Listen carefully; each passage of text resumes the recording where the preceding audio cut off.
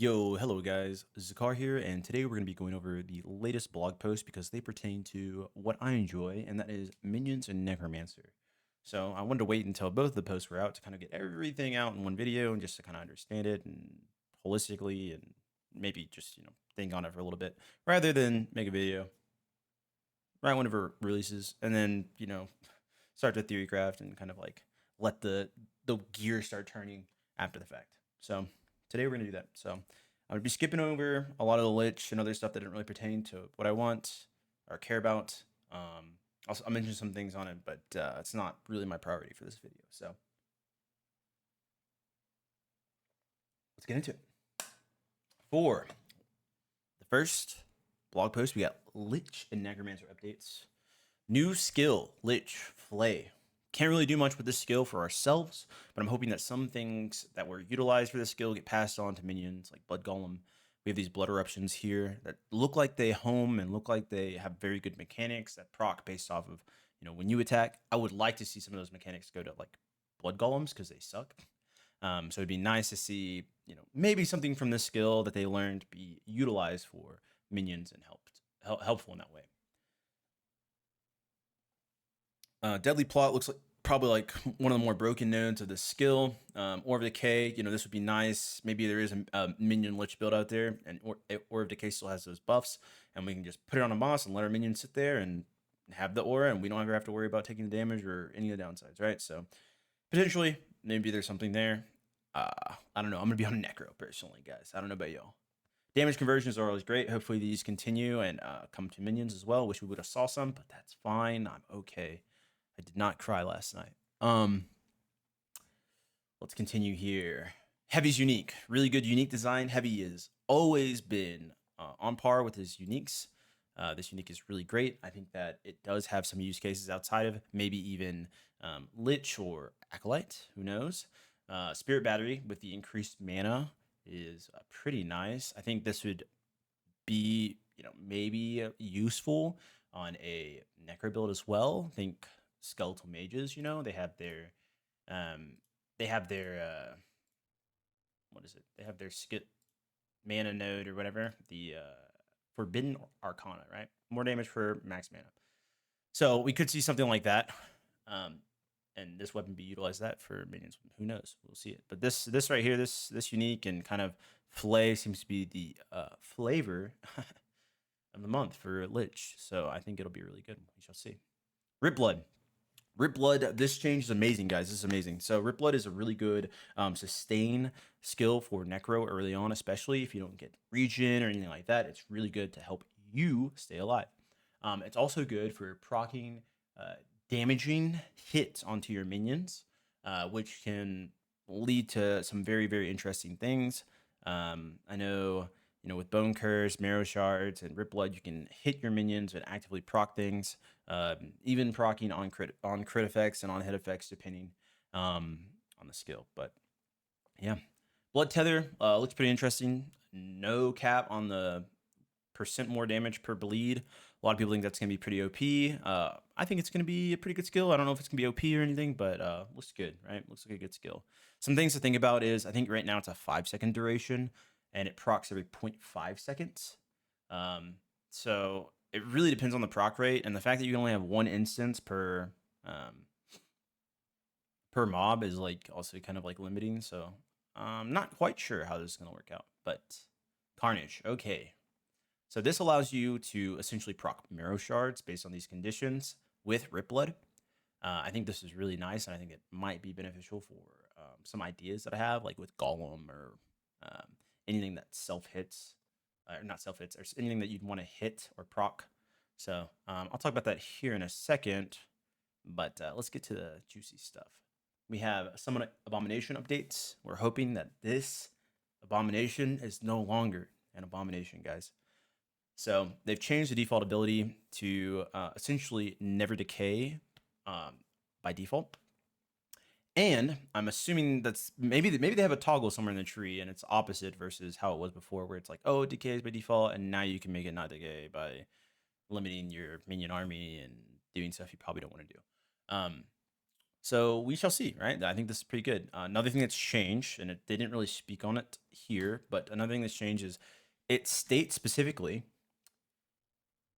what it absorbs: wraiths, summon skeletons, skeletal mage, golems, and volatile zombies. This is restrictive in the sense that it only counts as 5 types. You no longer have to go fish for types and items, skills, and all these other things to find subtypes that count as a type and all this stuff. So now it's only those 5 types, which is restricted because like skeletal vanguards don't count as skeletons. Blood specters don't count as wraiths. Wraith lord doesn't count as a wraith. So it's like these things are very restrictive, but it also allows you to snapshot these types of minions pretty easily. From what Mike said, it sounded like these minions snapshot the types, and that only changes or adjusts whenever the specific type has a maximum or like a maximum change of how many you can summon. So there's different conditions that proc an update or change on your abomination or on your minions. We're gonna have to find those conditions to really see how much of snapshotting they removed. I believe they removed the great bulk of it, but I think there are going to be instances of snapshotting still existing in season 3. So I think those will just have to be patched as we go, unfortunately, but that is the case, right? So these 5 types, assuming we'll still keep the type nodes, it's going to be restricted to 5 types. And I think each individual type is going to have some sort of skill associated with it, and then also have essentially like a scaler with that skill based on that type of minion. I can show you an example because Justin posted this on Reddit the other day. So like horrific volley, there's a node in A-bomb. Let me show you. I think it's like right below this one. An A-bomb, Deadeye, that allows you to essentially shoot a Heartseeker arrow if you have summoned or if you've absorbed a skeletal archer that scales with your intelligence, right? And this is the node that follows it. It gives you recurve chance per archer, so now it scales with how many archers you absorb, and gives you a cooldown reduction. So it gives you a maximum here. So I think this is how most nodes are going to work behind essentially each ability that A-bomb's going to have. And like with this, if you ever change the maximum of your skeletons, I think this node would like essentially refresh the amount that it's giving you. Like if you absorb 20 and you had 20 skeletons, you could summon 20, and then all of a sudden you can only summon 19 now. I think that's when A-bomb would update. So we shall see, right? We shall see how this works. Also, Stomp. This looks super insane. As you know, Stomp, you could get Aaron's Will. If you're not familiar with Aaron's Will, it essentially allows you to summon golems up to your maximum amount of skeletons based on a percentage, right? It's 1 to 4. So I think with this, I think you're gonna be able to get like 5 or 6 golems based on, to me, what they're saying here with the summon count. I think there's gonna be a way to get way more skeletons now, but who knows? Who knows? We'll see. Maybe it's just a buffer just in case. But we'll get way more skeletons, which means way more golems, which means this area and damage is gonna scale quite a bit. So I think A-bomb's gonna be still in a good place if you're a person who has liked a big hulking minion that just stomps everywhere and clears everything. I think A-bomb's still going to do that. I don't think it's going to do it at the same level that it did before, but maybe it will. Who knows? I think it's still going to be OP though. So it's just going to feel a lot better to play generally. So A-bomb, W, let's go. W's in the chat. Let's go. Let me know if you're going to play this because it looks exciting. Orb of Decay. The only thing I really care about Orb of Decay is that it essentially keeps the minion buffs, and based on these conversions like bleed, physical, cold, frostbite, I think there's maybe that's the only one. There's only those, but based on those, essentially those conversions, the buffs that minions get also convert. So currently, as it stands with AOD, we do have the minion poison chance and nearby minion poison damage nodes that are really nice for builds like skeletal rogues.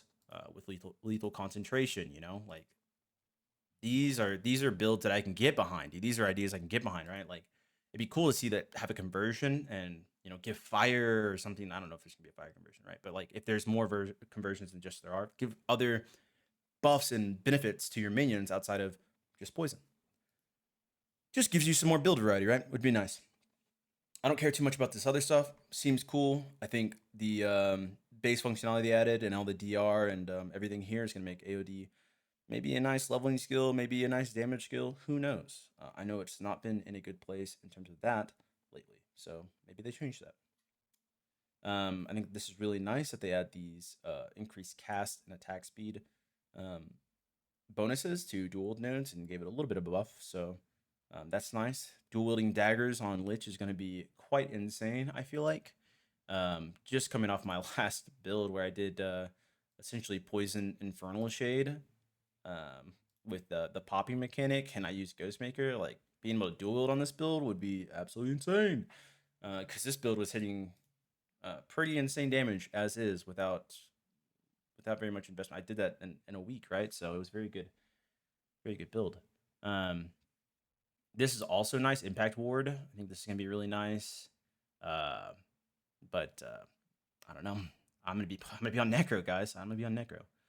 All right. So for the two passive points or passive nodes that we got for Necromancer, we have Forbidden Teachings. This is Int and Vitality with a 3-point bonus threshold that is giving you minion increased crit chance per intelligence. 100%. Let's go. Easy. 200% easy. Minion more damage over time per vitality, which is nice. It gives some bonuses once again to poison skellies. I also once again have an idea for bone golem. I can actually talk about that here in a second, but we'll wrap up here. And yeah, I think this node is good. It's not a bad node. It's not like a node that I'm like, oh my goodness, instantly I get all these ideas and stuff. I think I need to see the full tree, right?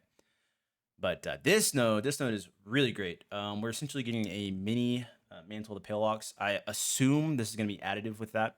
Maybe it is. I don't know if it says it somewhere, but I don't know.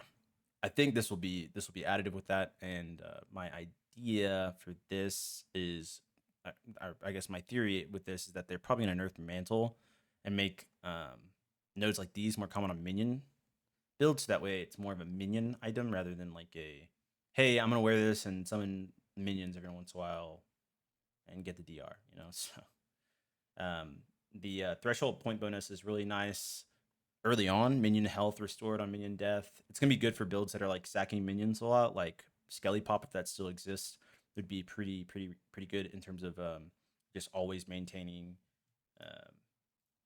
your skeleton mages at full health. Maybe you don't need to go Gray Merchant, you know? I mean, 30% crit multi is still nice. You probably still go, but like, you know, if you go minion army, like skeletal mage army instead of archmage, you know, you're gonna get a bunch of what is it, 35% health on crit.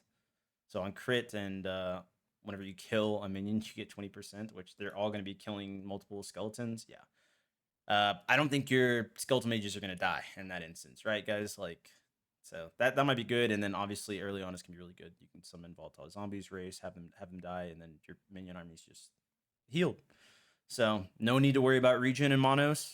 No need to worry about all this stuff in monos. You just have free sustain for your minions as soon as you get into monos. And yeah, it's cake because this is early, guys. This is early. 20 points in Acolyte, 25 points in Necromancer. You'll have it in monos for sure. So that is nice. All these updates were nice. A little lacking on the Necro. Wish we would have got a little bit more, especially related to summon skeletons. Like, those, it was A-bomb and skeletons that are getting changed. Would have loved to see what they did with skeletons, but we will wait until tomorrow. Before diving into the next post, which is not going to be Primal Hunt, but the quality of life and minion AI changes. Instead of diving into this, I just want to kind of talk about, Summon Bone Golem. So in this, we talked about this node here, this minion more damage per time per vitality, and this is just an idea, you know. I don't know, maybe it's good, maybe it's bad, who knows. But you have that, you have the more damage, and then you also have this Marrow Shards on boss and kill, guys. So like, a lot of people don't know this, but you can actually take like twin golems here, reduce your damage, reduce your health, reduce the size, blah blah, all this stuff. Take pyre golems and get both these damage over time nodes. Essentially this is just like 100% more, and this is 50% more. And then you can still go Bone Shatter, get the more damage here, and then proc it and everything. And you're essentially getting all these multis for dot. And you can maybe do like Bleed with Rip Blood, which is hitting your minion. Which when it procs, you know, Marrow Shards, you can have it hit your minion. Which you can have Bone Curse, which hits your minion. So you can get up, like, you'll be able to get, like, a lot of hits on your minion pretty frequently and have it spamming, this Bone Shatter that has all these damage over time multis from the tree and everything. Maybe it's good. I don't know. That is an idea that I would like to play with, and maybe that makes Bone Golem a little bit better than the state it's been in. It's not that great. But yeah, I think that's pretty interesting. You know, maybe there's something you can do with this poison chance over here. Now with conversions onto AOD, it might be even more worthwhile. If we're getting all this poison chance, we can convert it. Ooh, and we're getting all those hits. Ooh, could be cool. But yeah, those are some of the ideas that I had. Pretty interesting for Necromancer.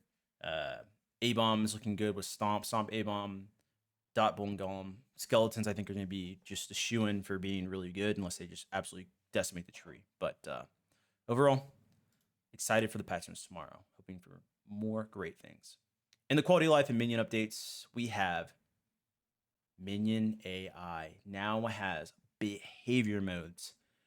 Assassinate mode and protect mode. Let's go, guys. I saw Trickster ask if this worked somewhat similarly to the Falcon, I believe. I believe there is the question of, hey, is this a lot like the Falcon nodes? I'm trying to see if he answered it. Looks like it's not. So Mike had answered that it's not like the Falcon nodes. It's more like how it describes here. So I'm not sure how this is going to work. I've really gotten used to the old Minion AI, and I understand it well enough to like know how to control it, if that makes sense, since I've played Necro literally thousands and thousands of hours. So I'm going to see how this feels, and also try to adjust my playstyle around it. It's going to be pretty interesting, but I like this. I like this a lot. With Minion improvements, we also get more damage, less damage taken in both aspects from AoE abilities and also just minion power. Huge. Huge. Actually amazing.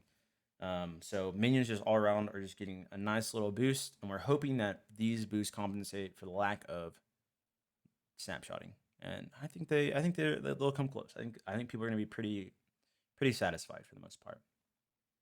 With Beastmaster minions, we are getting a new type of raptor. This could be cool with Raptor Pack. This could be cool.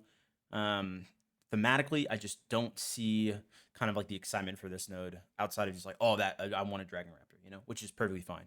Love that for you. Have a Dragon Raptor, have a pack of Dragon Raptors. I hope you enjoy breathing fire on your enemies. The next thing is Scorpion has a chance to cast Maelstrom. So this was something that we had asked about because with Maelstrom, you can proc Stormbolts. So there's this question of, hey, if a minion gets access to a main skill that procs a main skill, does it assume the tree of the other main skill that main skill procs? And in this case, it looked like... oh, sorry, I didn't ever talk about this on a Symbol Abomination, but there are the detailed stats for that as well, right? But it looks like it does. So he checked if the Stormbolt procs from Maelstrom that the Scorpion casts are using the Gathering Storm tree, and it seems they do. There's also another scenario in which this might happen with Bear, which is Bear EQ and Avalanche. I think EQ or whatever has the potential to proc Avalanche boulders or whatever. Oops, Avalanche. Yeah, it has a... so these, boom. So it seems that there's going to be multiple ways of essentially getting more than one main skill for your Beastmasters. And I think that's going to be, for your Beastmaster companions. And I think that's going to be really, really, really busted. Also, pre-nerf before the patch. Come on, guys. Is it really going to be that broken? But yeah, really excited for these as well. This is actually making me want to go play Primeless minions a lot. There's a lot of really juicy changes that are coming for them. And yeah, I think that's going to be just as fun as Necro, to be honest. Merchants Guild, I think these are okay. I don't really play MG anymore, to be honest, because COF is just a lot more fun, in my opinion. Offline Cosmetics, hooray. I don't play offline either, but congrats to those who got it. But yeah, that was my quick little overview of this. Hopefully that was fast enough. And I didn't spend too much time on things. Curious what you guys are thinking about these changes. If you're gonna be playing Beastmaster, Necromancer, if you're gonna be playing Companions, Minions, and ultimately, you know, what your plans are for season 3 and what you hope to see in Patch Notes tomorrow. Please let me know in the comments below. And yeah, like the video, subscribe, and see you tomorrow and later on with all the theory crafting and patch notes that we get. It's gonna be amazing, guys. Last Epoch season 3, Beneath Ancient Skies, coming August 21st. Love y'all. Peace.